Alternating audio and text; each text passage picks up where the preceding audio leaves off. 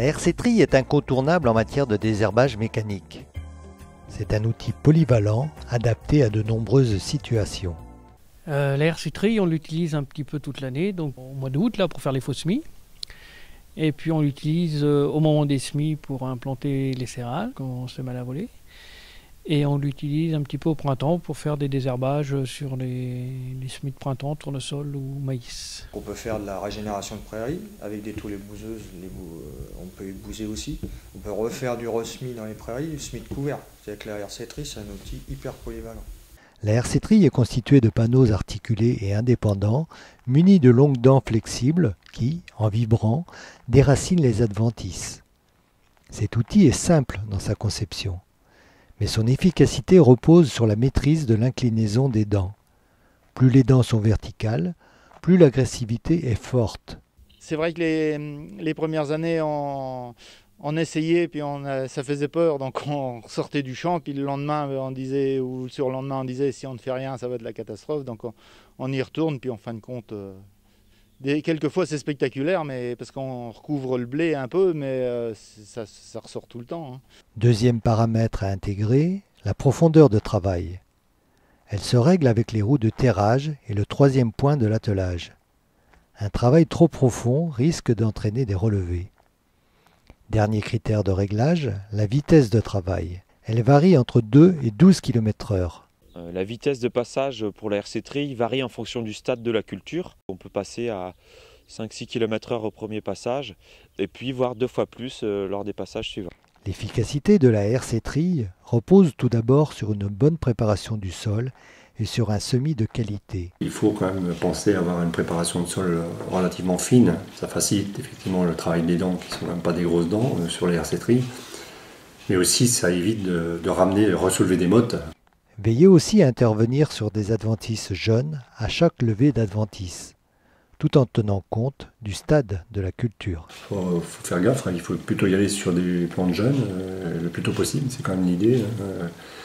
Et sur le maïs, c'est vrai, parce qu'en fait en général, on fait avant la levée, on fait un passage qui là est sans doute le plus important. On le fait aussi sur le lupin, parce que là, on attaque quand même les mauvaises herbes au stade de germination. Et on en détruit, à mon avis, les 3/4 à ce passage-là. C'est le plus important. En temps normal, une RC-Trille, elle va être, il faut intervenir à un stade au niveau de la terre, être ressuyée, mais qui puisse s'éclater avec une dent. Si on passe sur une terre à peine ressuyée, on va avoir une trace de doigt. Donc elle ne va pas faire de travail en fin de compte.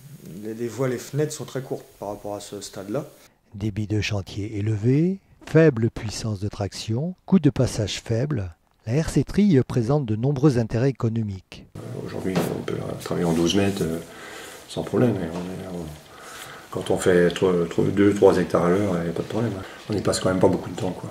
Nous, ce qu'on sait, c'est avec l'expérience et le recul, ça fait 20 ans qu'on fait du lupin, en gros, on s'est aperçu quand même que le passage à la RC-Trille a sacrément amélioré la propreté au final, quoi. Dernier atout, la RC-Trille est complémentaire à d'autres techniques de désherbage mécanique ou chimique.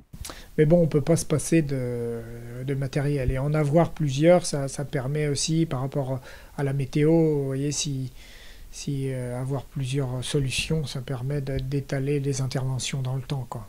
Et sur des terres qui ont tendance un petit peu à se serrer, je vais passer la bineuse, parce que ça fissure le sol sur le rang. Et 2 jours après, je vais passer la RC-Trille pour nettoyer le rang. Attention en effet aux limites de la RC-Trille. Elle n'est pas adaptée aux terres battantes, trop caillouteuses, trop humides ou trop sèches.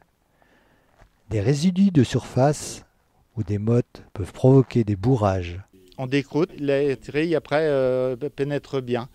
Parce qu'autrement, si on ne décroute pas, dans le limon trop battu, ça fait un trait dessus, mais la RC-Trille ne rentre pas, quoi.